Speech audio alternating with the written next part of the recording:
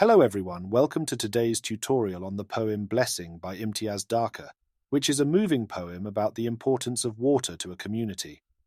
You may wish to pause this video at certain points to take note of some of the annotations I've made on the poem. In the first lines of the poem, the speaker emphasizes how hard it is to find water in some parts of India. She also reminds the reader of the importance of water for any person, especially when the climate is so hot and dry. She uses imagery to depict water slowly and carefully, asking the reader to consider how it relates to a kindly God. It is a matter of life or death. The longest stanza of the poem describes the rush of water from a burst municipal pope and how everyone congregated on the street to take advantage of it. Structure and form. Blessing by Imtiaz Dharker is a four-stanza poem that is separated into uneven sets of lines. The first stanza has 2 lines, the second 4, the third 11, and the fourth 6. The poet chose to compose this piece in free verse. This means that there is no set rhyme scheme or metrical pattern, but close readers can find examples of both. For instance, pod and god in the first and second stanza, as well as the half-rhyme between rush and huts in stanza 3. Literary devices. Dharker makes use of several literary devices in Blessing. These include, but are not limited to, alliteration, seen when the poet uses the same consonant sound at the beginning of multiple words. For example, polished and perfection in line 3 of stanza 4 and blessings and bones at the end of that stanza. Enjambment occurs when the poet cuts off a line before its natural stopping point. For example, the transition between lines 1 and 2 of stanza 3 and lines 1 and 2 of stanza 4. Imagery. Seen through the use of particularly evocative phrases like, silver crashes to the ground and the flow has found a roar of tongues. It taps into the reader's senses. Oxymoron can be seen in the phrase liquid sun in the final stanza. It suggests the sun is fluid like water. First stanza. The skin cracks like a pod. There never is enough water. The first stanza of Dharker's poem is actually a couplet.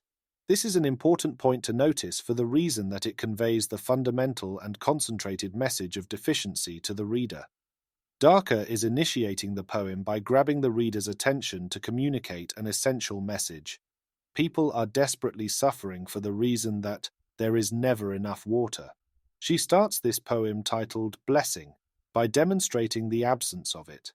This is a powerful strategy as it reveals the importance of the blessing before the reader is even aware of what it could be. The first line of this couplet mentions the skin cracking. The skin is one of the most important organs of the body, and to have it crack implies pain, discomfort, abnormality, and lack of care. Right away, the reader understands that the subject of the poem is an imperative one to cause quite the damage and deficiency if absent. The second line exposes that the reason for the cracked skin is the fact that there isn't enough water, which reveals that there is not just a shortage of the blessing, but rather there is a permanent lack of water, which in turn has caused severe damage to the skin since there is never enough. The skin here could represent many things, but the most obvious is the human body or population. Describing skin cracking like a pod suggests that the humans suffering are breaking because of the deficiency of this main source of life. Water, which, interestingly enough, is now being looked at as a blessing. Second stanza. Imagine the drip of it, the small splash, echo in a tin mug, the voice of a kindly God. The second stanza begins with the word imagine. By instructing the reader to imagine, Dharker is trying to guide the thought process of the reader as she discusses the importance of the blessing. In view of the fact that she has already mentioned the severe lack of water, the first line of this stanza is quite telling. Just by the presence of the word imagine, the reader expects to come into contact with something big. However, Dharker proceeds by saying the drip of it. By doing this, she has created a very dramatic effect on just one line. The emphasis of the drip of water reminds the reader that the ruthless absence of the blessing of water is so intense that you would have to imagine even just a drip of it. Even a drip calls for the use of imagination.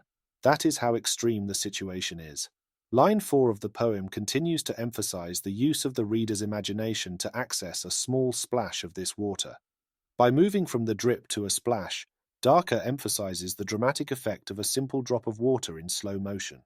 By focusing on just a tiny drop instead of a large body of water, Dharker is bringing attention to the severe dehydration that people are facing. Moreover, underlining the notion that when there is a shortage of something, even the most common of things, the value of it undeniably increases.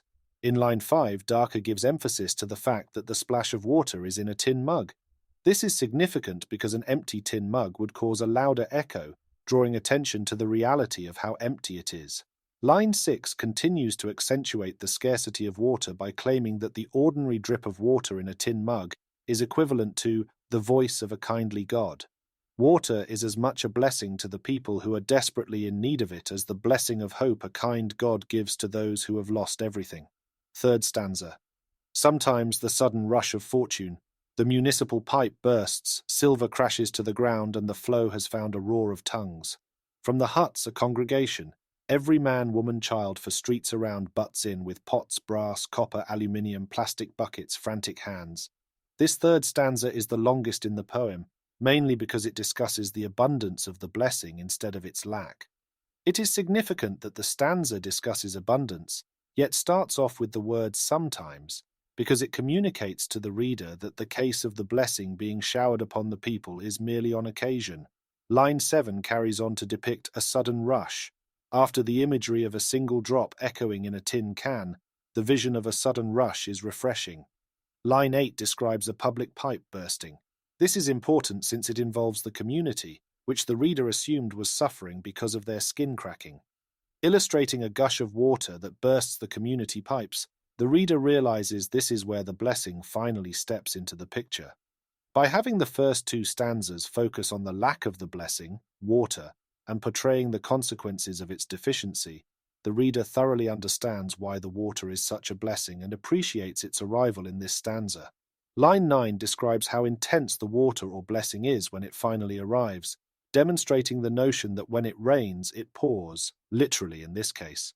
Lines 10 and 11 continue to describe the ferocity of the water as it roars, calling attention to the fact that it has finally arrived. The following few lines paint a picture of a flock of people made up of all ages running out of their huts with pots and plastic buckets to collect the blessing that they had been praying for.